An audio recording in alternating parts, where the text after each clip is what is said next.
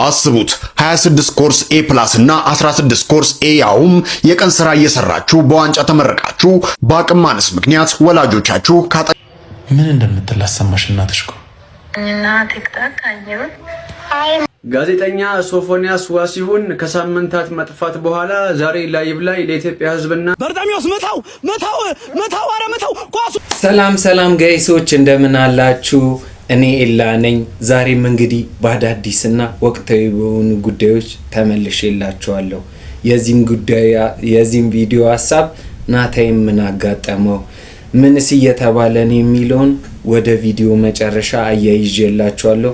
ምን አለ የሚለውን በዚህ ቪዲዮ እስከ መጨረሻው በመከታተል ያገኙታል ማለት ነው። ለዚህ ቤተሰብ አዲስ የሆናችሁ ካላችሁ ይሄን ቤተሰብ ሰብስክራይብ በማድረግ ይቀላቀሉ።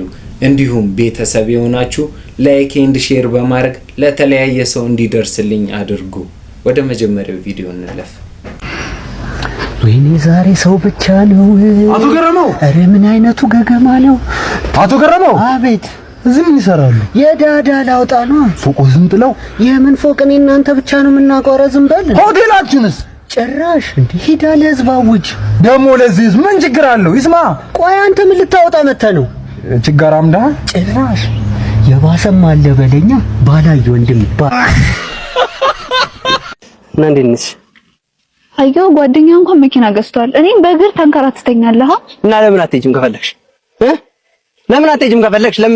ለምን ጥሎ ይዘሽ አትሄጂም? ከኋላ ይመችሻል። ሊፎርዲ ነው ልትሞቺ ነው አንቺ።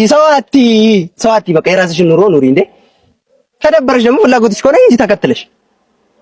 እንዴ አንድ ቀን ያልፍልሻል። ምንድነው የሰው ነገር የሚያሳይሽ? ምኞትሽ ያ ከሆነ ደግሞ ሂጂ ያልኩሽ። እዚህ ሰው ተናጋሪ ታረጋለሽ አንቺ ሁሌ በየቀኑ አንቺን እንትን ማለት ነው። አስቡት 26 ኮርስ ኤ ፕላስ እና 16 ኮርስ ኤ ያውም የቀን ስራ እየሰራችሁ በዋንጫ ተመረቃችሁ በአቅም ማነስ ምክንያት ወላጆቻችሁ ካጠገባችሁ ባይገኙ። ተመራቂዋ ማስተዋል ትባላለች። ማስተዋል ካሳው በደቡብ ጎንደር ዞን ደብረ ታቦር ከተማ አካባቢ ተወልዳ እንዳደገች ትናገራለች።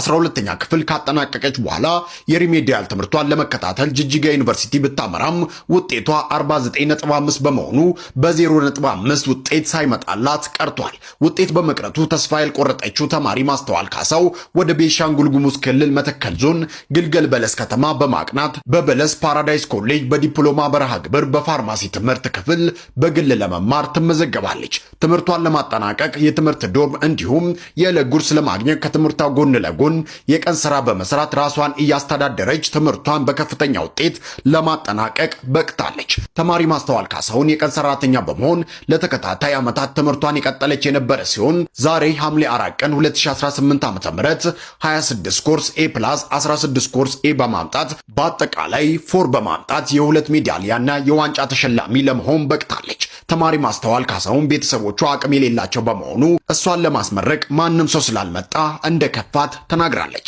የግልገል በለስ ከተማ ነዋሪዎች እስቲ እህታችንን በመረባረብ ፈታ አድርገናት ደስታዋን ለህዝብ እናጋራ። በውስጥ አዋሩኝ። ያያችሁት ነው ጀግናዋ ተመራቂ ማስተዋል ካሳውን እንዳያችኋት ነው። እንዲህ አይነትም ጠንካራ ሴቶች አሉ። ብዙ ጊዜ በመታያቸው የቅንጡ መኪና የሚነዱት በማይሆን ህይወት ውስጥ ያሉ ሴቶች እንዳሉ ሙሉ እንዲህ አይነት ጀግና ሴቶች ሲገኙ ማበረታታት ግድ ነው እና ኮርተንብሻል እላለሁ እኔ።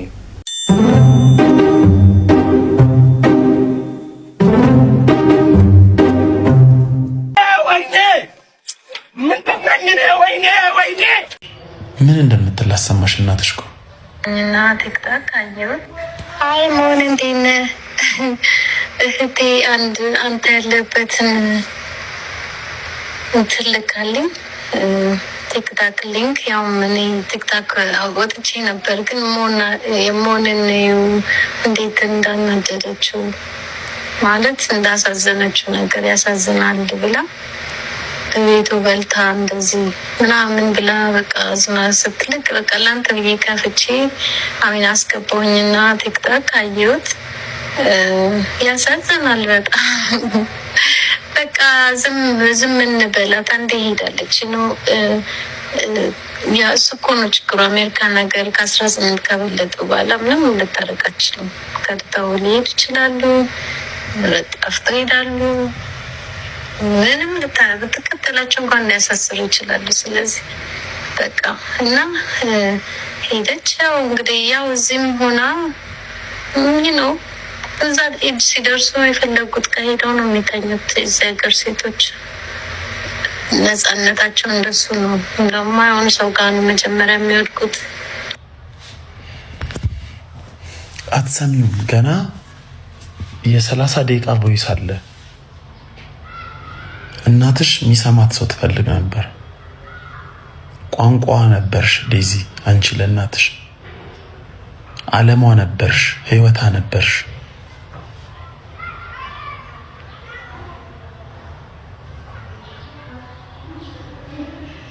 እሷ ያንቺ ውለታ የለባትም፣ አንቺ የእሷ አለብሽ። ዛሬ ዴዚን የሆንሽው በእሷ ምክንያት ነው።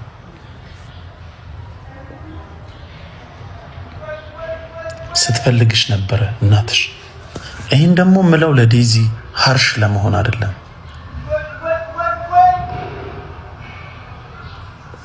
ደንቆሮ ሰዎችን ስለሰማሽ ነው። እናትሽን እኔ አውቃታለሁ። እንዲህ ቤታችን መታ ስትበላ ሰው መጥፎ የምታወጣ መጥፎ ቃል የምትናገር ሰው አይደለች። በጣም ለራሷ ብዙ ጣጣ ያለባት ሰው ናት። ትዝ የሚልሽ ከሆነ ስልካችሁን እንዴት እንደተሰረቃችሁ ታውቂያለሽ። ከእናትሽ ጋር ሆነ ለሰረቃት ሰውዬ ራሱ መጥፎ ማትመኝ እናት ናት።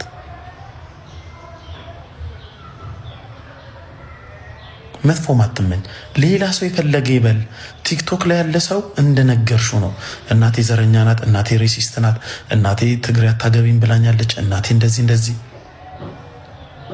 የነገርሻቸውን ነው ሰዎች ሪፍሌክት የሚያደርጉት። እናትሽን ግን በአካል የሚያውቃት ሰው ምን ያህል ምስኪን እንደሆነች ያውቃል።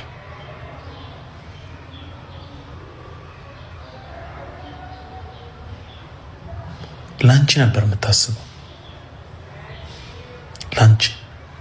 አሁንም ደግሞ አስረግጬ ልንገርሽ፣ በደንብ አስረግጬ ልንገርሽ ዴዚዬ፣ ያኔ በአንቺ ላይፍ አልገባም ብዬ ነው እንደ ታላቅ ወንድም በጣም መከሬያለሁ፣ ተናግሬያለሁ ብሎክ እስክደረግ። ያንቺ ጥሩነት፣ ያንቺ መልካምነት፣ ያንቺ መኮላተፍ የመጣው እናትሽ ጥሩ ስለሆነች ነው። በጣም ጥሩ ሰው ስለሆነች ነው እናትሽ። ጥለሻት እንድትሄጂ ያረገሽ ሁኔታ ራሱ እናትሽ ጥሩ ስለሆነች ነው። ትልቅ ችግር የተባለው ትግሬ አታገቢም አለችኝ ብለሽ ነው አይደል? የኔ እናት ሁሉም ቤት ያለ ነገር ነው ይሄ ነገር። ሁሉም ቤት ሚዲያ ላይ ወጣና የዴዚ እናት ተጠላች እንጂ የትግራዩም እናት ከትግራይ አምጥተሽ እንድታገቢ ነው የሚፈልገው። የአማራውም እናት አማራው እንዲያገባ ነው የሚፈልገው። የኦሮሞውም እናት ኦሮሞ እንዲያገባ ነው የሚፈልገው። ይሄ የጄኔሬሽኑ ብልግና ነው። ሁላችንም ጥብብ ብለን ዘረኛ ስለሆንን ነው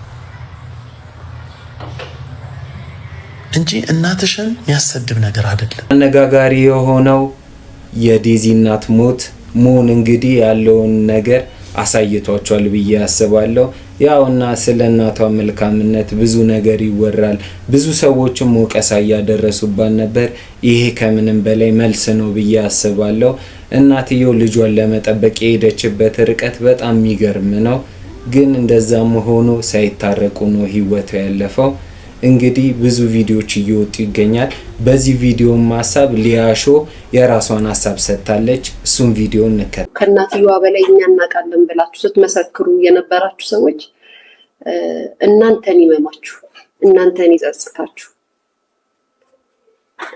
እንደ ሰው እናትና ልጅን ከማስማማት ይልቅ እናትና ልጅን ላራራቃችሁ ሰዎች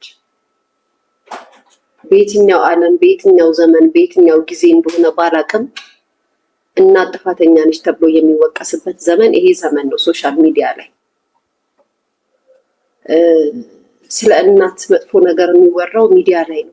እናት መጥፎ ብትሆን ሚዲያ ላይ ስለ እናት አይወራም ነበር። እኔ እስከማውቀው ድረስ ማለት እኔ እስከነበርኩበት እስከ ዛሬ ድረስ ሳይሆን በቃ እስካደግኩበት ነፍስ እስካወቅኩበት ድረስ እናት ብታጠፋ ከነጥፋቷ ተወቀስም እንደዚህ ናት አትባልም ነበረ። ግን ሚዲያ ሆነና እናት የምትተችበትና እናት የምትዘለፍበት ዘመን ሆነ። ለዛ ምክንያት ደግሞ እኛ ነን።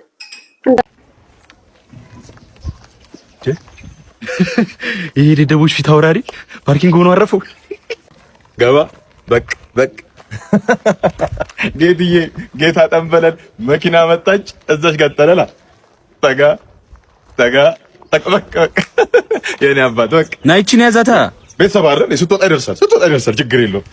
መምህር ደቤ ዘገየ እንዴት ነህ የኔ አባት የኔ አስተማሪ ዊ በጣም ይቅርታ ደቤ እውነት ነው አስተምረኛል የእውቀት አባቴ ነህ ብዙም ባታበላኝም ግን ቦታ ጨርሻለሁ ለጠመኔና ለደስተር የሚሆን ቦታ የለኝም ልጫወት ብዬ ነው መኪና ማገዶን አይደል ግዑዝ መጠበቁ ነው አዎ መቼስ እርሱ አስተምሮኝ ፓርኪንግ ኮንኩ አንድ ነገር ነው ፓይለት አሉን መቼስ በርሶ የማስተማር ዘዴ ድሮም አልጋጭ ነህ ከኋላ ወንበር ሆነ እንደዛ እንዳላለገጥ አሁንም አልጋጭ ነህ ግን ህይወት እንዴት አገኛት ወጥተህ እንደዛ እንዳላለገጥካት ህይወት እንዴት አገኛት እውነት ነው ህይወት በጣም ከባድ ነች ግን ህይወት ሲሉ ምን አስታወሱኝ መምህርት ህይወት ያኔ ሻፍዱባት የነበረችው ከርዕሰ መምህሩ አረገዘች ያሉ ሰው ይሰማል ተው እኩያ መሰልኩ አይደል ሰው ይሰማል ለጨዋት ብዬ ነው ሌላ አንድ የሰማሁት ነገር አለ በመምህርነት በዲግሪ ሰርቲፊኬት ያሰሩት ወረቀት ፌክ መሆኑ ታውቆ ወደ መዋለ ህጻናት ተመለሱ አሉ አሁን ከህጻናት ከልጆች ጋር ነው የሚሉት what is today ጀመረ today is monday ውይ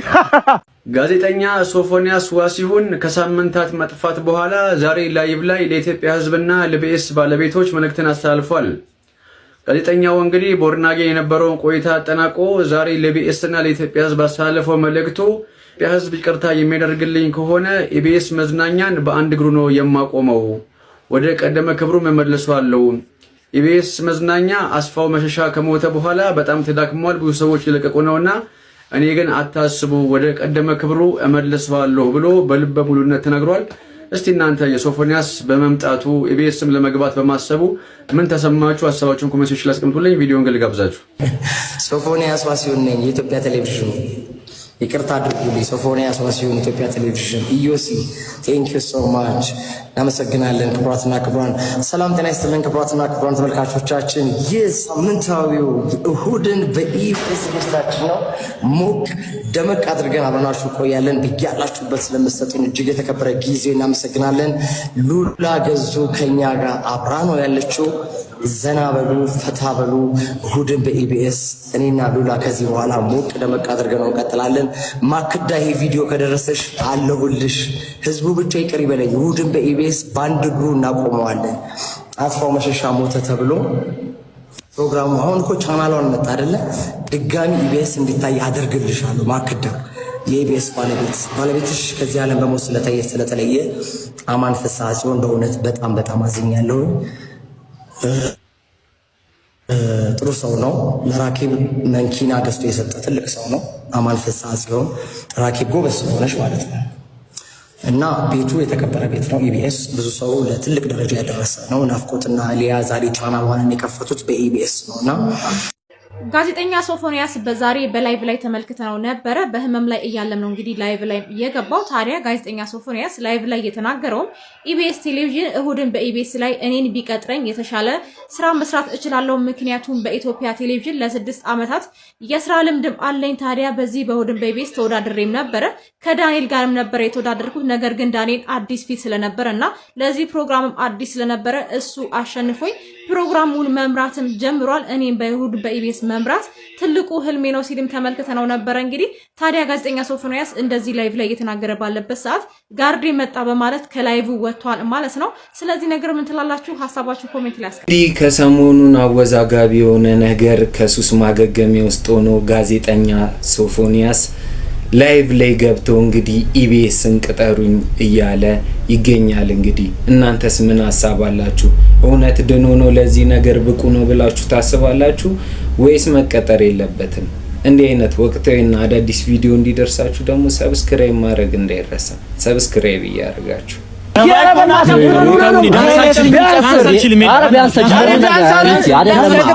የመጣው ዲያስፖራ ጎት $100 እየሰጠ ነው። ሽልማት አሉ።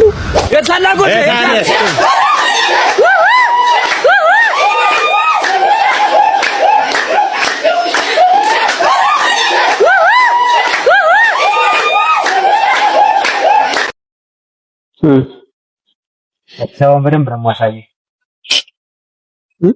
ምንድን ነው ያደረከው? እቺ ነገር አደጋ ታመጣ ኖራል እንዴ አንተ? ልትገለብጠኝ ነው እንዴ አንተ? አይ እኔ እኮ ዝም ብዬ ሳያት ደስ ብላኝ ሳባ። ኧረ ግድ የለህም ቤት አድርሰኝ በእናትህ። እኔ ደስ ብላኝ ነው። እንዳነካከኝ። ኧረ ዳግም አልነካትም።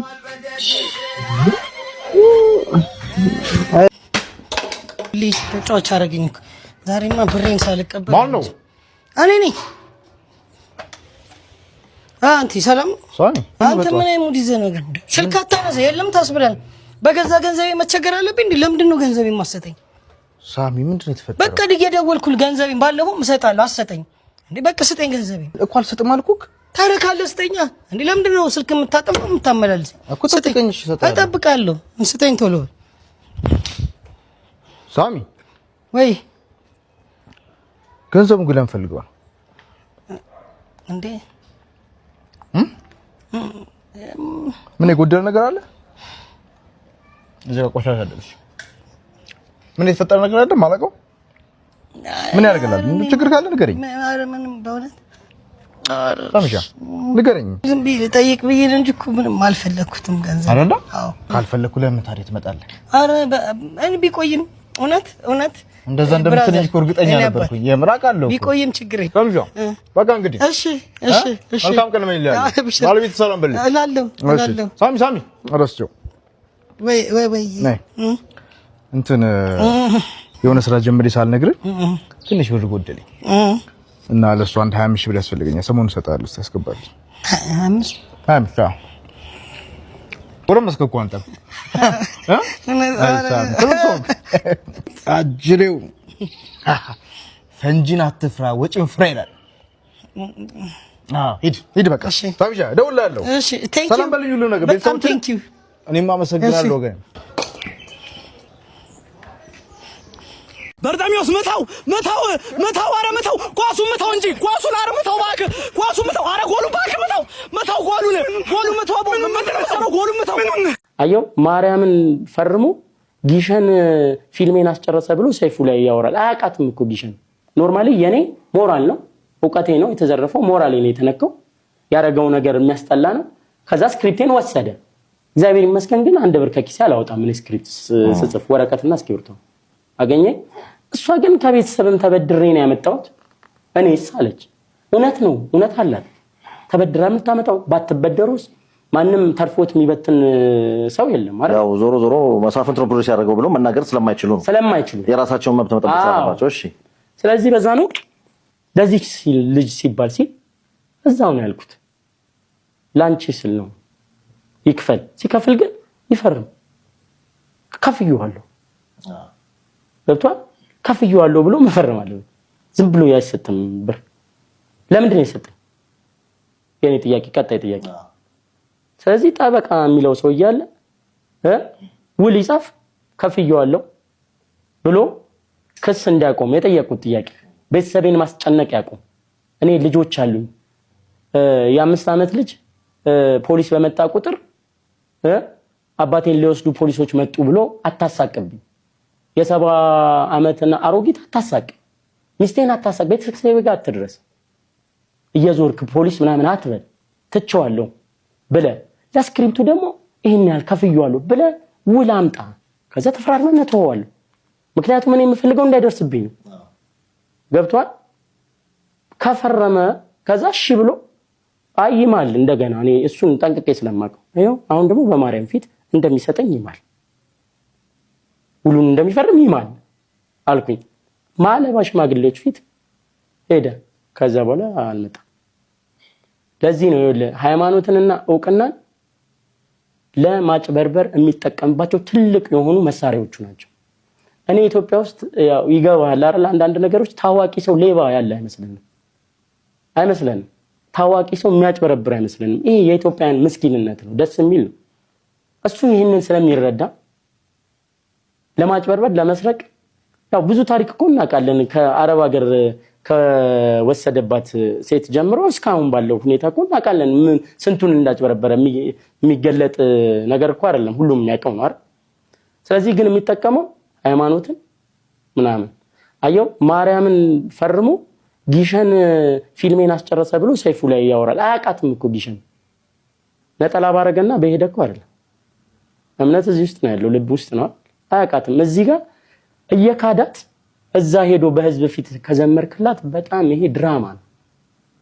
ሃይማኖታችን ላይ እኔ አንዱ ሃይማኖት ላይ ራሱ ድራማ እምነቴን ስለምወደው እሱ ነው አንደኛ እምነቴ ላይ ድራማ እንደሚሰርብኝ ስለማውቅ እና ሽምግልና በዚህ አይነት መንገድ ተሞክሮ ነበር አሉ።